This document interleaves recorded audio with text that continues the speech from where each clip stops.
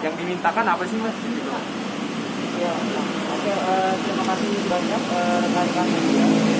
Hari ini kami tim advokasi Bersihkan Indonesia datang ke Komisi Nasional Hak Manusia untuk mengajukan pelaporan ataupun pengaduan.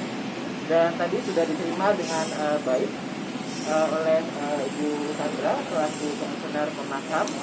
Pada intinya kami menyampaikan beberapa hal. Satu diantaranya yaitu berkaitan dengan temuan-temuan penelitian yang dilakukan oleh Kontras dan juga berbagai organisasi masyarakat sipil lainnya yang terlibat terkait kepentingan ekonomi politik militer di global. Nah, selain Kontras dan juga berbagai organisasi masyarakat sipil lain yang melakukan penelitian itu juga ada dari kawan-kawan cewek yang juga melakukan penelitian terkait potensi konflik kepentingan gitu yang dilakukan oleh pejabat publik.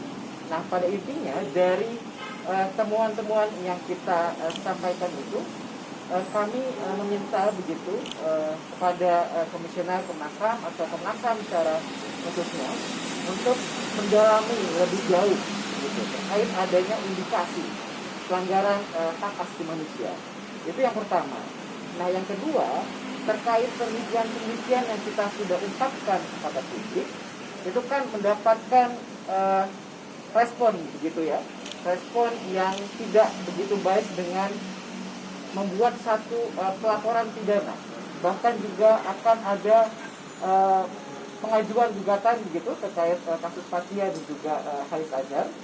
Nah, terkait hal itu tentunya ini kita bisa dimaknai sebagai satu bentuk serangan karena penelitian yang sudah dilakukan. Jadi sekali lagi apa yang disampaikan oleh kawan-kawan ICW, Kontras dan berbagai organisasi masyarakat sipil lainnya itu berdasarkan penelitian yang sudah dibuat. Nah, oleh karena adanya ancaman pemidanaan ataupun gugatan, kami minta pada Komnas HAM untuk memberikan perlindungan bagi orang-orang khususnya Fathia dan juga kawan-kawan lainnya itu untuk diberikan perlindungan gitu. Karena apa yang mereka sampaikan ini basisnya adalah penelitian dan diarahkan kepada jurnalis. Terima kasih untuk hadir di Komnas HAM. Kami dari Komnas HAM baru menerima pengaduan dari rekan-rekan Kontras, tapi juga dihadiri oleh rekan dari ICW. Kalau dari ICW sebenarnya pengaduan sudah kami terima hari Minggu kemarin ya. Jadi dari sini kami akan segera mempelajari semua berkas yang ada.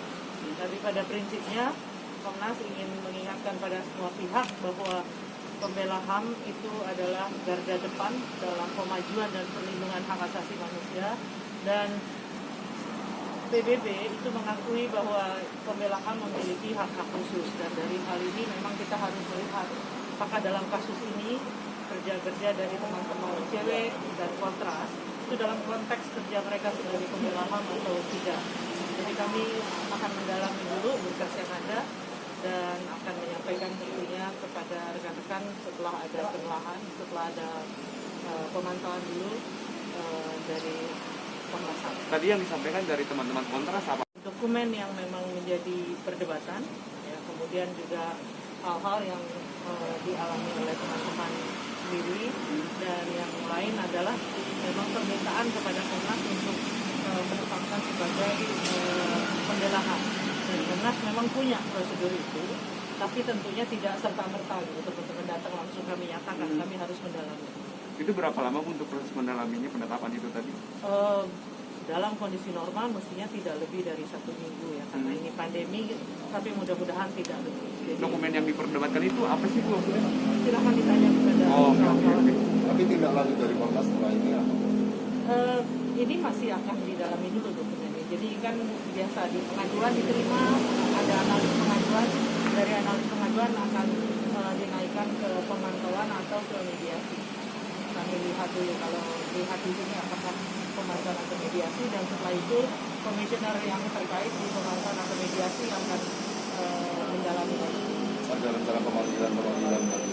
Itu tergantung pelaan dulu. Oh, Bu, apakah Komnas tidak ingin menyampaikan ke Polri supaya tidak melanjutkan laporannya? Karena kan menurut SKB yang ada, pejabat publik tidak bisa melaporkan orang atas nama dirinya sebagai pejabat. Itu apakah akan dikasih tahu ke Polri dulu atau dipanggil Polri supaya tidak menindaklanjuti laporan ini?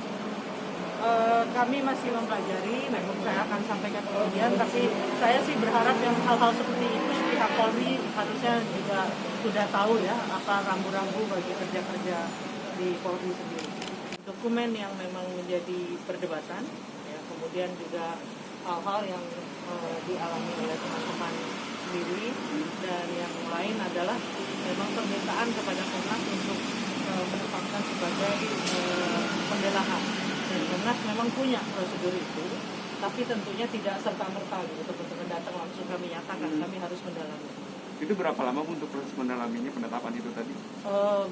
Dalam kondisi normal mestinya tidak lebih dari 1 minggu ya, karena ini pandemi, tapi mudah-mudahan tidak lebih. Jadi, Dokumen yang diperdebatkan itu apa sih Bu? silakan ditanya kepada Oh, oke. kawan-kawan. Tapi tindak lanjut dari Komnas setelah ini apa? Ini masih akan didalami dulu dokumennya. Jadi kan biasa di pengaduan diterima, ada analis pengaduan, dari analis pengaduan akan dinaikkan ke pemantauan atau ke mediasi. Kami lihat dulu, kalau lihat di sini apakah pemantauan atau mediasi, dan setelah itu komisioner yang terkait di pemantauan atau mediasi akan mendalami lagi. Ada rencana pemanggilan lagi.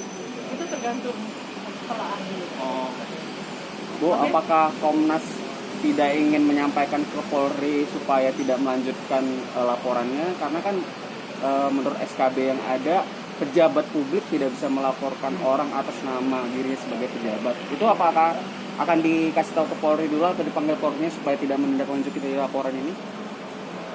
Kami masih mempelajari, memang saya akan sampaikan kemudian, tapi saya sih berharap yang hal-hal seperti itu pihak Polri harusnya juga sudah tahu ya apa rambu-rambu bagi kerja-kerja di Polri sendiri. Berapa lama Bu kira-kira? Bisa saya bilang tergantung kendali